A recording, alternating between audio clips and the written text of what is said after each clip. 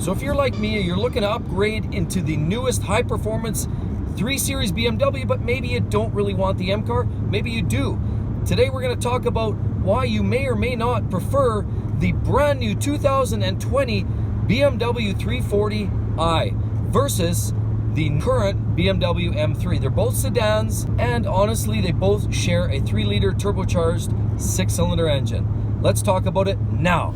Welcome back to the channel, everybody. Mark with exoticcarplayplace. Shopping for a car like this new M340i becomes very difficult when you consider that there are a lot of great cars on the market. I mean, this car here retails for about 72,000 Canadian dollars MSRP. You start tacking on a couple of the extra features and you're up to about 80 grand Canadian for the M340i, which is not an inexpensive proposition. Now, the new M3, or the current generation M3, which of course now is several years old, it's on the way out if anything, is actually close to $110,000 to $120,000. If you get a stripped out base model, if there is such a thing with an M4 or an M3, you're likely closer to the $100,000 mark.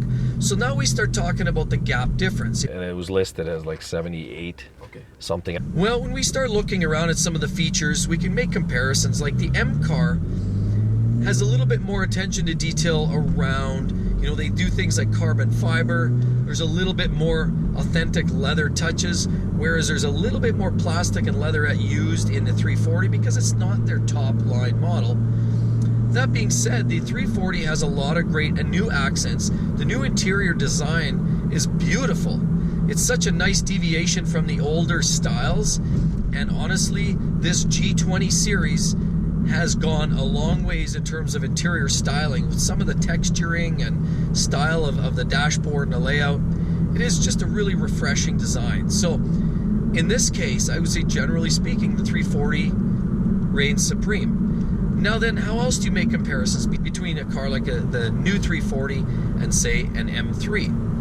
Well, if you compare, how about performance? Well, the performance gap becomes very, very tight because the 340 has 382 horsepower and about 369 pound-feet of torque. Oh, that's nice. Yeah. Yeah, that works. And yeah, see, there's no delay there. I like that. That is nice. That is nice. Which is not that far, actually, from the current M3 or M4, which produce just over 420 horsepower. So now you're at a gap of about 35 horsepower differential, which really isn't a ton. I mean, it's there, it's borderline distinguishable, but really it's not a huge amount of difference. Now, the brakes and the handling are going to be a little more dialed in the M car, of course, but the 340 now is set up in such a way that it is so comfortable for the road, for normal driving, but when you dial in sport settings, it gives you all the handling you could ever ask for from a car, for anybody even willing to take their car to a track for the occasional track day.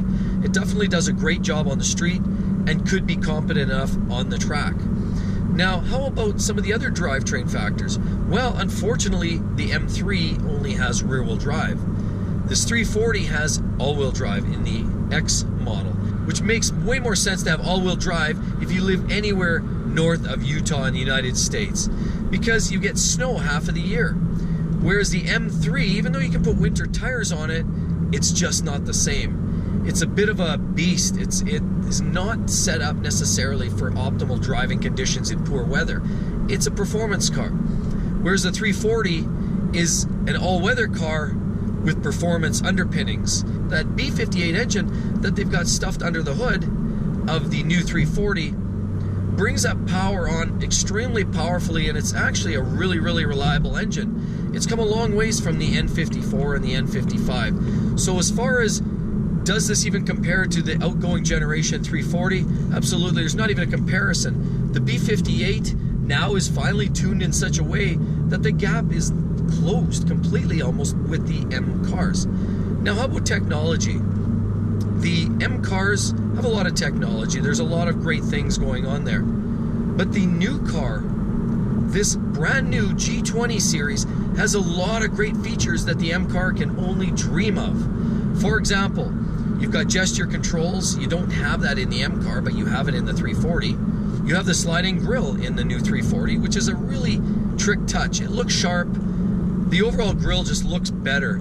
It also has these new upgraded laser headlights, which provide mass amounts more intensity and which reduces the impact on your own vision when driving at night for extended periods. It's a lot easier for you to watch through the laser lights versus the previous generation M3 lighting system. But really, a lot of the other technology is just playing catch up in the BMW. They finally got things like lane assist and adaptive cruise control on top of pedestrian warning and, you know, the knockdown feature. You don't want to knock a pedestrian over.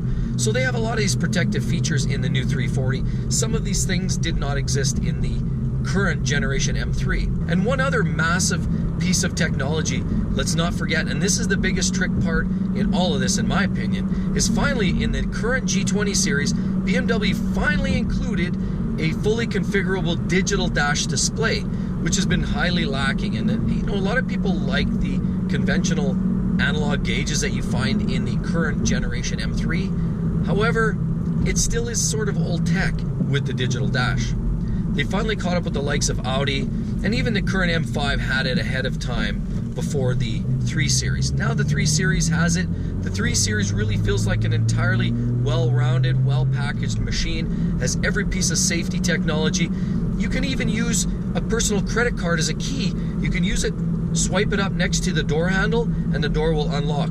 And one of the other great features that I really love is that it has an app. So you download the BMW app, and you can check all your statistics on your car remotely from in your office, from in your house. You can look at your gas level. You can look at temperature. You can turn the car on or off. You can get it going. So it has remote start capabilities on top of the standard keys that you get with it, the fobs. So there's a lot of great features. The car is chocked full of technology and really finally brings it up to the next generation. So I really love this new J20 for all of its elements. And then if you look at some of the exterior styling elements, it's hard to beat an M car. The M cars really look sharp. They always have that aggressive chiseled jaw. They've got the carbon fiber spoilers and air dams. They've got rear splitters that are carbon and carbon fiber wings, flared fenders, tall rims. An M car is always hard to beat, and honestly I think that's where the M car, the current generation M car, overall wins for the aggressive appeal. That being said, there are some elements that look sharper on the 340. For example, the new upgraded taillights, which bring that car more in line with the full lineup in the BMW world. It has the sleeker taillights, the headlights look a little bit crisper, and the kidney grills in the front have the much wider band that circles around the grille that just, it looks fresher, it looks different. There's just something, if you don't notice it right away, you can't put your finger on it, but it looks sharp. There's other little accents like on front fenders and at the rear haunches behind the rear wheels. You see some other little accents and cutouts in the rear spoilers and bumpers that really give the car a new, breathe some new life in the 3 Series generation. So it really begs the question, which is the car that makes most sense? What's the car that I would probably choose today if I was going to spend anywhere from $80,000 to $110,000? What would be the car that I would buy? Well, as much as I love a good performance car, and even though the new 340 only comes with an 8-speed automatic transmission, You said, okay, if these guys came up to you and said, same price, we'll give you a brand new M3, current M3, the generation right now, or this, even though you know, I mean, one's worth more. I mean, but which one would you actually take? This one, because of the all-wheel drive. honestly, because it feels leagues ahead in technology, look, styling, I have to say, guys, the 340 is the car to own right now. And most importantly, don't forget to click on that link on the end screen about my BMW Reliability Series. Lots of great comments, lots of great videos in there. You're gonna love it. So hope to see you guys soon. Catch you then. Mark here signing out with Exotic Car Play Place. Bye-bye.